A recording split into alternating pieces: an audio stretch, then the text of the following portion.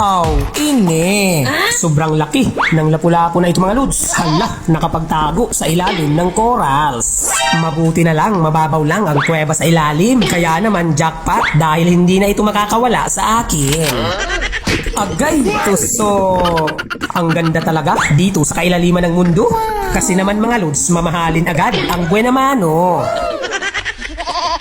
Tapos, nandito na ako sa paanan nitong napakalaking bato. Parang wala namang laman, kaya naman lilipat na lang ako.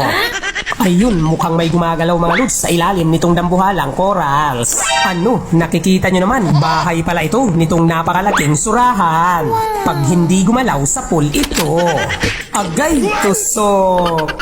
Ayos na mga lods, primera klaseng pang-inihaw naman ngayon. Bongga talaga itong spot na nalubugan.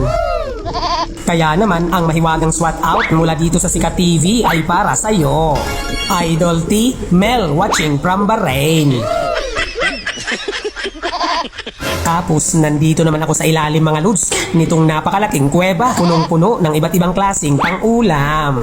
Yang mahaba, turotot na isda.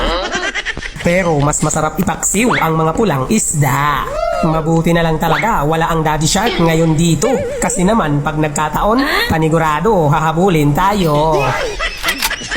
Agay, tusok. Ang galing mga lods, malapad na pala ito. Kaya naman pagdating sa paksiw, maasim na rin ito. Tapos, naglalakihan naman mga lods ang mga mushroom na corals ngayon dito sa kailaliman ng mundo. Kaya naman, isa-isahin ko sa pagsilip. Baka sakali ang masarap na pang-ulam makahanap ako. Mabuti na lang, sobrang linaw ng tubig ngayon dito. Kaya naman, itong labahita kahit itim nakita pa rin natin. Wow! Agay, tusok! Ayos talaga mga lods, malaking pang-inihaw na naman ito. Pero alam nyo ba, mas masarap din ito sa kilawin. Kaya naman, ang mahiwagang swap out mula dito sa Sikat TV ay para sa'yo. Idol Leona Balili from Antipolo City. Tapos, talaga namang nakakamangha ang kagandahan dito sa kailaliman ng mundo mga lods. Kasi naman, mahiwaga ang mga nilalang dito. Ano, nakikita nyo naman, napakalaking hotdog, itim sa taas, pink sa ilalim, panigurado, tender, juicy.